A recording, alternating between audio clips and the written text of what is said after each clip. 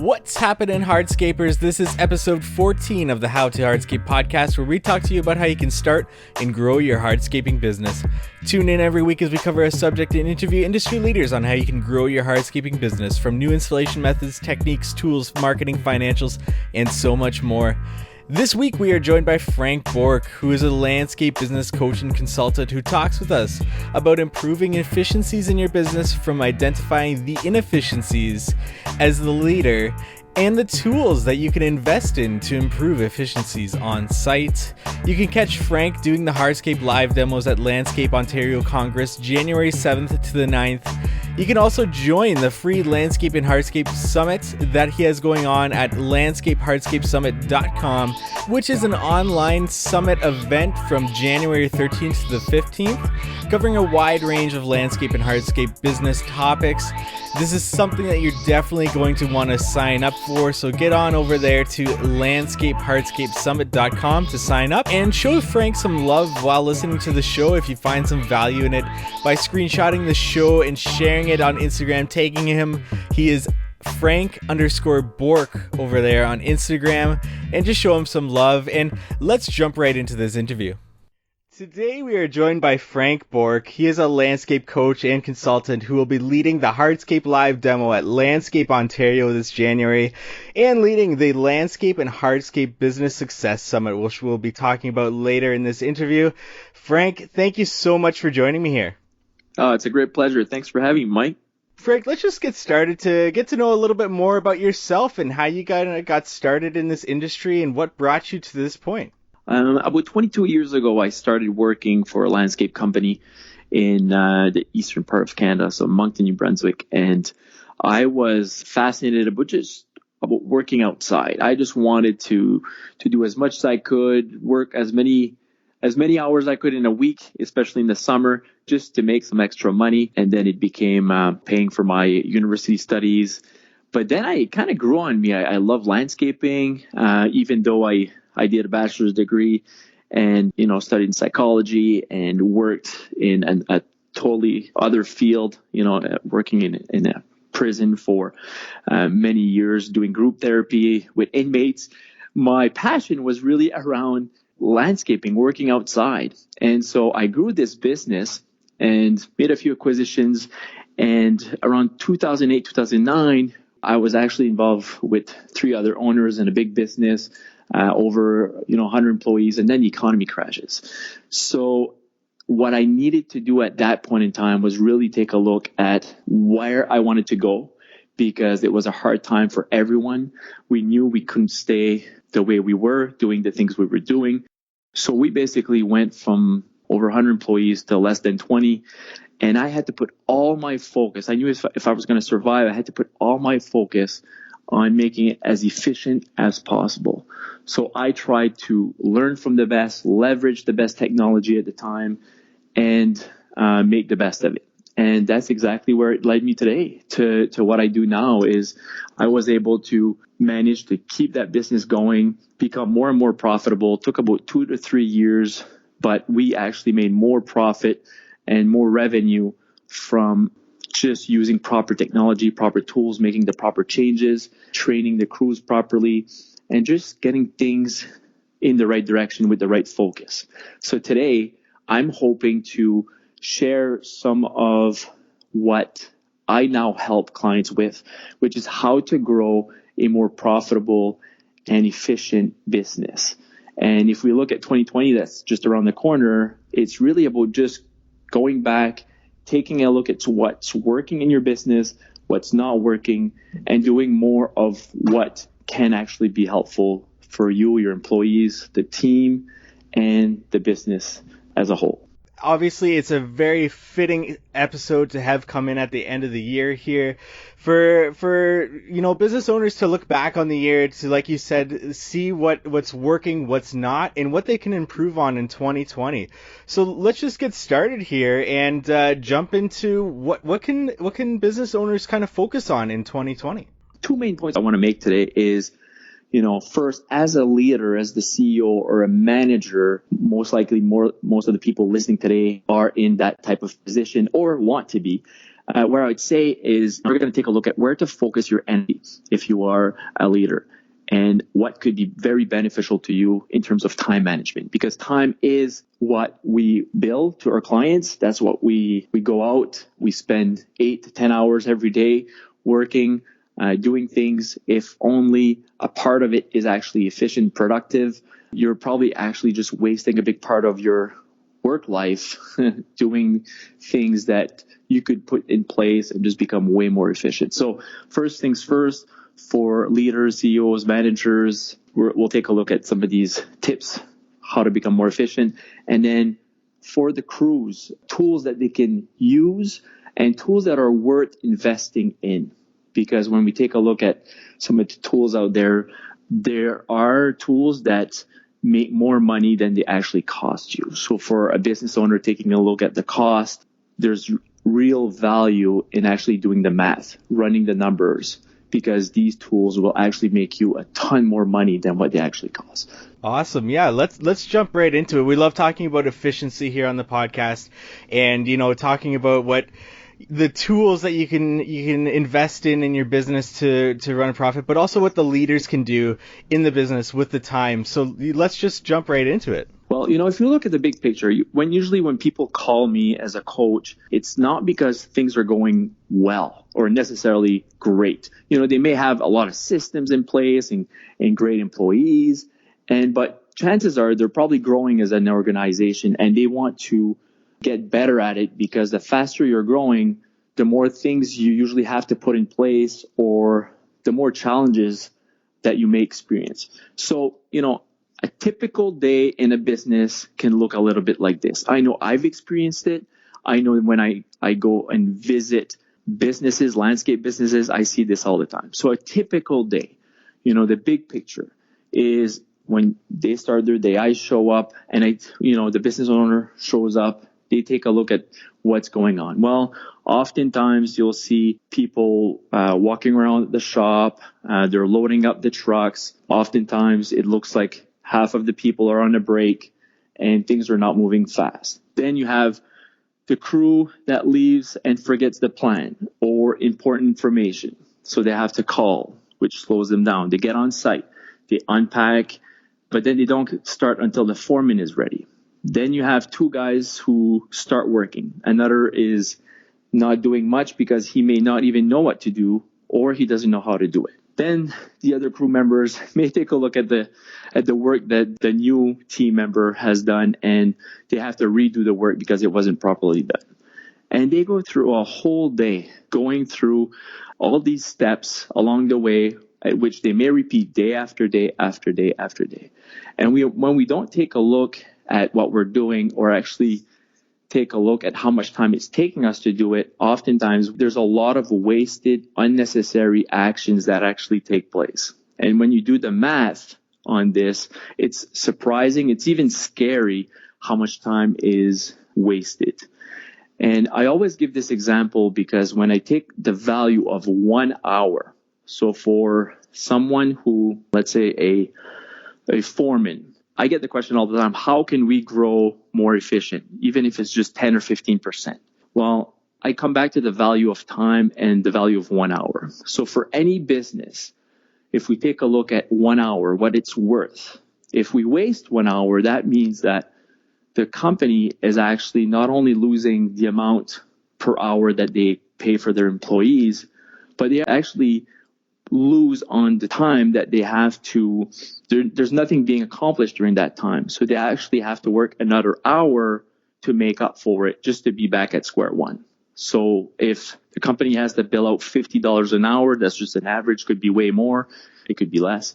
But $50 an hour per employee to recoup on all the overhead and all the cost, well, basically it's really costing them $100 an hour just to be back at square one. So $100 per hour per employee actually means, if you have a crew of 3, could represent over $300 per hour.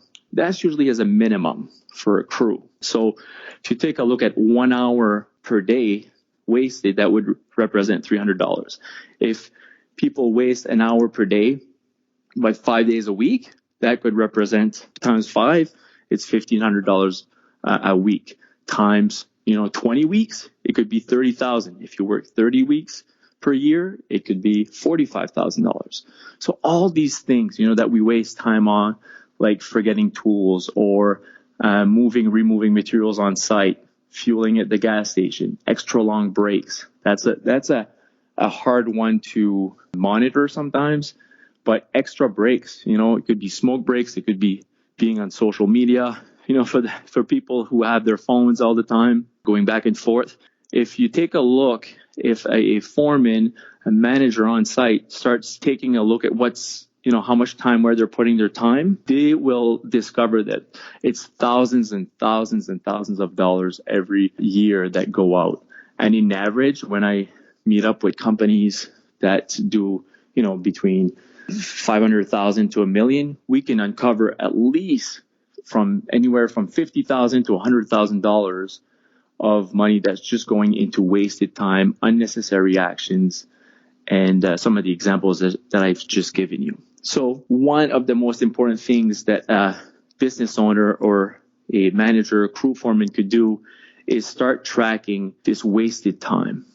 And when you're able to bring this information forward, you're able to empower your employees. You're able to tell them, listen, from what I've been able to gather in the last month, 2 months, or even a year, here's where we're struggling the most. And you're not bringing that information forward to bring them down. You're actually bringing the information to empower them. Once they have the knowledge, they can actually do something about it. They can't care before actually having the information. So once you bring the information, you say, listen, we seem to struggle with this. We might not be perfect on those levels, but we can improve. So the team doesn't feel as obligated or under pressure. They more see it just like a growth phase that you're looking to improve. And improvement is always present, right, in good organizations. So you have to build that culture. You have to build that culture that you're tracking things, trying to help empower people by bringing them more of the information that I actually need. So that's probably the first thing as a business owner that you should do is track the unnecessary that is actually taking place, unnecessary actions, unnecessary waste of time that happens with your crews, with everything in your business. Absolutely. And just speaking on my own experience with that, running your numbers about everything. And one thing that I found is delivery charges, paying that money for the delivery charge, because sending a guy and losing that labor, him taking the time out of his day to go pick something up and come back, as well as him not even being there on the job site, or myself even not being on the job site, that it just makes sense financially to spend that money on the delivery charge, and just being mindful and running the numbers on all those situations. Frank, what has been possibly the number one thing that maybe you've helped companies save their time on? What is that one thing that somebody can listen to this interview today and say, hey, this applies to my business, I can save time on this going forward? What's that number one thing that you've seen? I think the number one thing, if there's many things, but if we would say the number one thing is planning your day.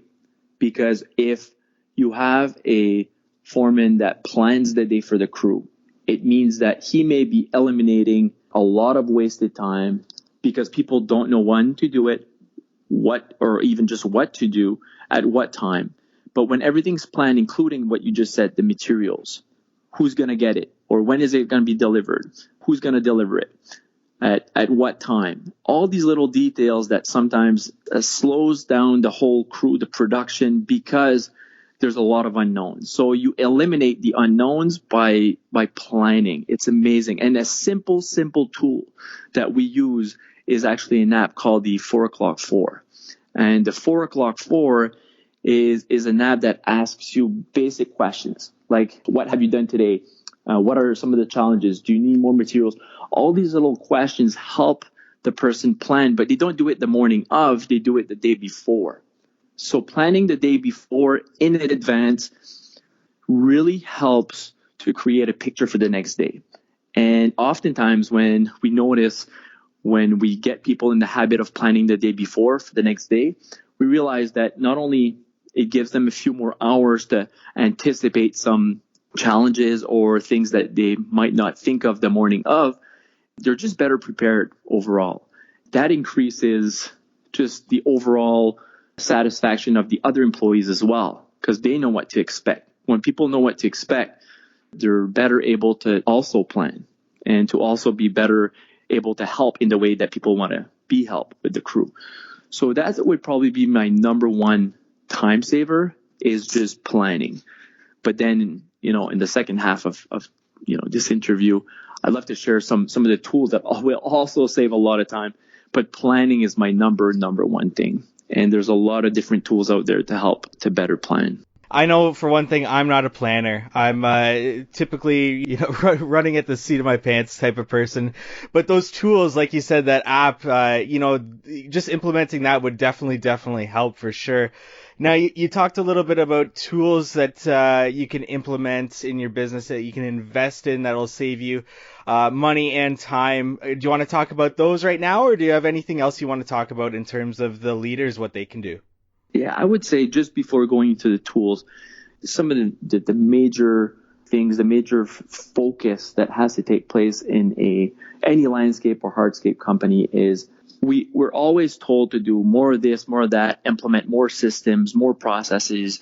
And really what I think we need to do first, and especially going into 2020, is take a look at what's taking too much of your time. What are the things that you no longer need? Because as you grow as a business, at first, when you're growing your business, you say yes to a lot of things because you're just trying to grow your brand, you're trying to grow your company. And so you say yes to pretty much everything. It could be the type of jobs you're taking, the type of employees you're taking. But as you're growing, you have to start saying no to a lot more and to say yes to what you actually want. Because if you're not doing this, you'll just keep being busy.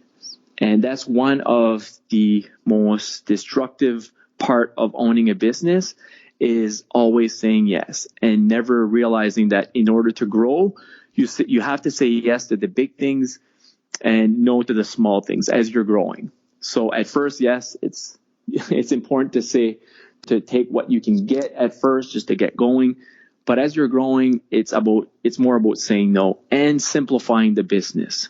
So there's going to be a lot of opportunities, and I like to start with business owners by saying, listen, eliminate what's not working. It could be employees, it could be tools, it could be bad, equipment that's no longer serving you. It could be bad habits. It could be the way you're doing things. But ultimately, you have to take a look at what's happening in your business and try to have that discussion with the employees to encourage them to be part of a culture that's more efficient, more positive, and to really stick by that. So I would say, just to recap all that stuff, is to plan for 2020 going in by first taking a look what no longer serves your business. So then you won't feel as overwhelmed when you have to do something or add something to your business. Second thing I would do before I move on to the tools is identify a theme for 2020. So you can't tackle everything, but maybe this year it's about your crew. Maybe you want to empower your people with more training. So when they get better training, they feel more knowledgeable. When they feel more knowledgeable, they feel empowered on site because they know what they're doing. They know the next best action. They know how to do things better. So that would probably be one of the best things to do to not overwhelm your team, is just find a theme for your team and identify them. One biggest thing you could do to have the most impact in your business. So if it's wasting less time, it could be tracking time. So tracking where you are on site, productivity rates. That's probably the number one thing you can do to improve, is actually tracking how much time stuff takes you to complete. So how much time does it take you to install, your pavers or your walls, your excavation, all these things. And then second thing is basically just when you know what you want to tackle, the one big thing that could have the most impact in your business, then go for it. Keep focus and track it weekly, monthly, quarterly, and come back to if you're doing the right things. find information, find a mentor, find people that can help you to stay on track, to stay accountable. So that's for the business owner. That's for the manager. That's for the person who wants to bring their leadership to the next level. If you put that in place, if you start with that in mind, then you have more chance of actually helping your team out on the field. No matter how many tools you buy them, if they don't have the right training or the knowledge behind why you're doing certain things, they may never be able to help you the way you want to be helped. So training is the number one thing. For sure. Now, speaking quickly on that training, Frank, in your experience, what has been the best way to implement a change, especially a change that might feel drastic for your employees, in explaining why that change is taking place? Is this something that would happen at the beginning of the season meeting before everybody gets going with the season? Would this happen? Would this be something that you would tell your foreman to implement in your crews? How would you implement this change so that it's as smooth as a transition as possible? Yeah, that's a really good question. One of the things that we do when we meet with teams to feel that it's actually a positive thing moving forward, because adapting to change is probably the one thing that people struggle with the most. Just as a human being, we want to stay the same all the time. It's not in our nature to want change or to have challenges in adapting. So in order to help the team better understand, oftentimes we try to bring the topic forward in a way that makes them want to be part of it. And in order for them to want to be part of it, they have to have a say in it. So usually what we'll do is we'll say, listen, we're going into 2020. We're building our plan and to see how we can improve, how we can grow, how we can make your life easier, or all of our lives easier, and have maybe even more fun as a company. And hopefully, if we do this the right way, not only will we be having fun, we'll save more time, we'll make more money, and overall, we'll be able to do more things as a business. So usually people say yes to that.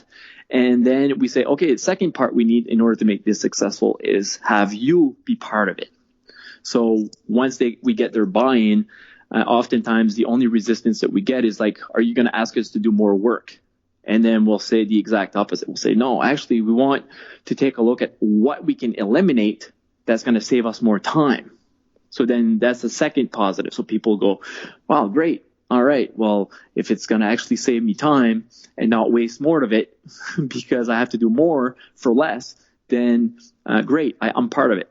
So then we have these discussions about, we call it the SWOT analysis. So the strengths, the weaknesses, the opportunities, the threats of the company. What should we be taking a look at, the positive and the negative, that can help us grow? So once we get all that information from employees, it's saying, okay, great, we can't maybe do it all this year, but where can we start? What's the biggest waste? The biggest waste of time, or the biggest unnecessary action that we have in the business or a process or a system that we have that's not useful? How can we improve it? Tackle the biggest problem first, and then don't pick more than 2 or 3 to start, because just that is overwhelming for a team. And you have to have quick wins. You have to measure what you have as a goal. If you're never measuring, people can't get on board, because people like to track to keep score, right? That's why we watch a sport. If we weren't tracking the scores of let's say a hockey game or a football game or basketball game, it wouldn't be as much fun, right? We like to keep score. So you have to do the same in your business. Keep score, track what you're doing, whether or not it's improving. And hopefully when you do this, it is improving, and people will get motivated by seeing how much it is improving. And you got to celebrate those wins and have quick wins all the time. Like small wins is important. Just saying, hey guys, we did it for one day. What a great first day or first week, and making sure that you always bring that back forward to them so they know how they're doing. So acknowledge your staff. Make sure to point it out when they're doing something right. And I like the ratio of 3 to 1. So for every bad thing that you have to bring forward, make sure you bring at least 3 positive things. That's one quick way of approaching the subject of change and adapting to change with your team. Excellent advice. And I'm sure we could go on for many hours talking further in depth about this for sure. But for the sake of this interview, let's move on to, like you were talking about, the tools that you can implement in your business. Let's get into that a little bit. Great. So, 5 tools that I've noticed over the years that can easily, with time and proper training and the proper use, can easily double your efficiency and sometimes even more of not only your production, but your profits. So first and foremost, my favorite of all is suction equipment and clamps. So if you don't have a big budget, you may want to start with clamps. Very simple. They'll range from, just over $100 for a small clamp, a couple $100 to a couple $1,000, but at least you're increasing your efficiency. You're not doing all the work. You can usually hook it up to your machine with a chain, and the machine does most of the lifting. So that's a start. Then you have the suction equipment, the 1-man, 2-man, mechanical installers. You have brands like PaveTool, PaveTech, MQuip in Ontario. You have Optimus. You have the Unilog, the Unilift. I mean, some of these pieces of equipment, it's incredible how much time they'll save you. When I take a look at just a 1 or 2-man piece of suction equipment, you can easily save up to about 25% of your time, installation time. But not only the installation time, it's how much more consistent you can be in a day if you're less tired because you're lifting differently. And then if the machine is doing most of the lifting, let's say we take the example of an Optimus or a Unilift, I mean, that machine, just one person is doing barely any lifting because the machine is doing most of the lifting. And you can have 3 times the production of a usual install. So one person can install 3 times as much as 3 guys laying at the same time. So when you take a look at a machine that can lay about 700 square feet per hour, you do that, whether it's a big job or a small job, you can get things done quickly and the machine can pay itself quickly. So we did the math on let's say in a Unilift, an average machine of about, let's say 35,000 plus tax. So you're over 40,000 over a span of 5 years. If you're using it 2.5 days a week for that amount of time. So you have to have the work, of course, but if you do have the work and the type of jobs that you can use it on for 5 years, 2.5 days a week, the machine comes to less than $9 per hour, right? For people, for the company. So is that a good investment? I'd say it's an excellent investment. Not only is almost half of what we usually pay our guys, but the machine, it makes the team more efficient. We don't require more labor, and we actually, save a lot of physical effort.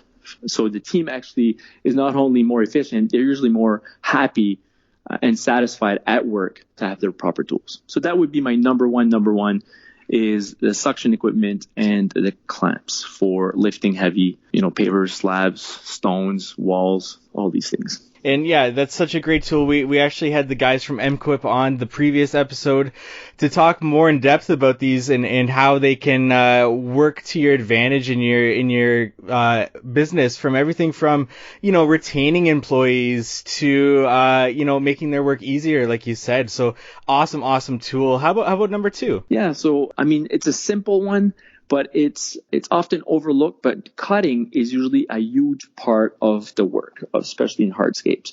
But having tools like, well, not only the proper saws and saws that are, let's say now we're looking at the dustless equipment.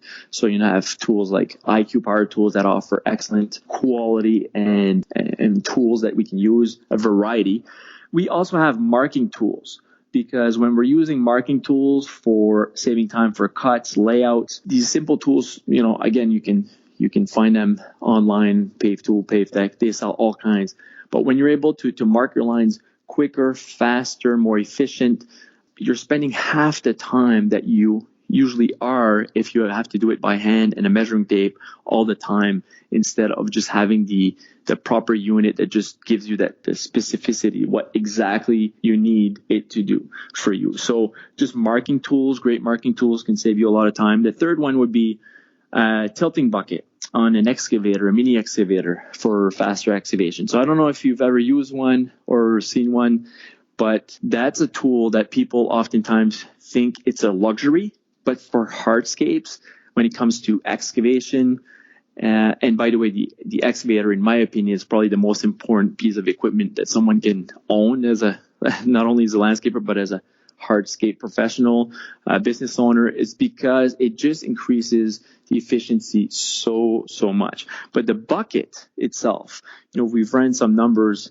on a bucket. So with buckets, you can, you can lay materials, install work, do some earthwork, final adjustments, clearing, demo, sweeping, sorting materials. You can do so much with your excavator. But when you have a tilt bucket, it just increases the efficiency up to at least 20%, just because you don't have to move the machine as much. It can basically do a lot more with less effort. So if you take an excavator, let's say for 500 hours per year, and you become 20% more efficient, just with the type of bucket you're using, then that you could be saving over $10,000 per year just in becoming more efficient with your equipment. And plus you save the time, so you can put that time in doing more jobs. So you're not only saving the $10,000 in terms of time, you have more time for other jobs. Another one, which is for, I would say, not only the crews, but also it could be the business owner doing sales, doing his estimates, is an altimeter to save time, not only to get quick readings on a site for elevations, but it's also now with technology, you can blend it with Bluetooth technology and actually capture some of these elevations and send them directly to your phone, capture all these readings and send them to an Excel sheet, or then you can download it and bring it to your design software. Now you don't have to take as many notes, just with a pen and a piece of paper and keep track of all these elevations. When you're actually using the proper technology, you're going to be saving a lot of time, not only capturing that information, because the information is going right to your phone, then you're able to download it and send it to your software for design.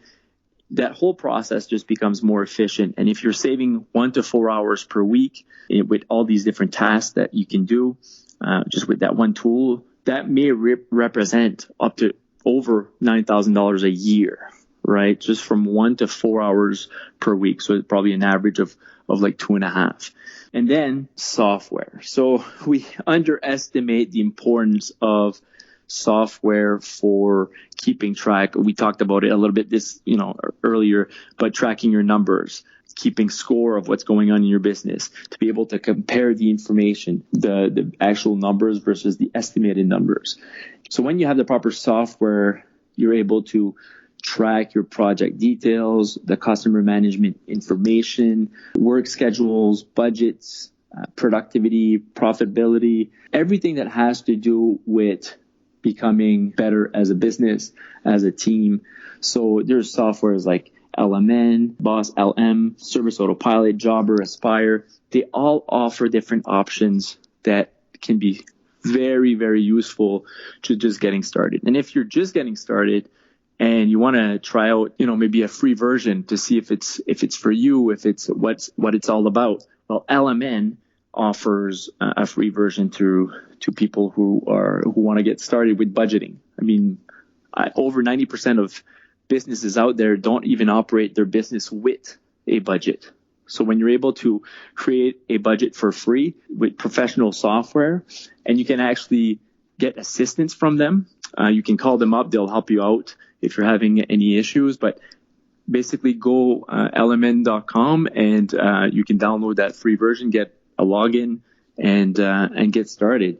But just being able to get started when you don't have it, you'll notice a huge difference just in the first year. It takes a lot of effort. Yes, you got to start tracking everything, but by tracking, you're actually also getting information. Is going to be very important to see where you're wasting time, what are the types of distractions, where you can improve, And it's going to be very empowering for the whole team to get this information, to have this information. Thank you so much for all the information today, Frank. I really appreciate it. I'm sure our audience really appreciates all the value you've given them today.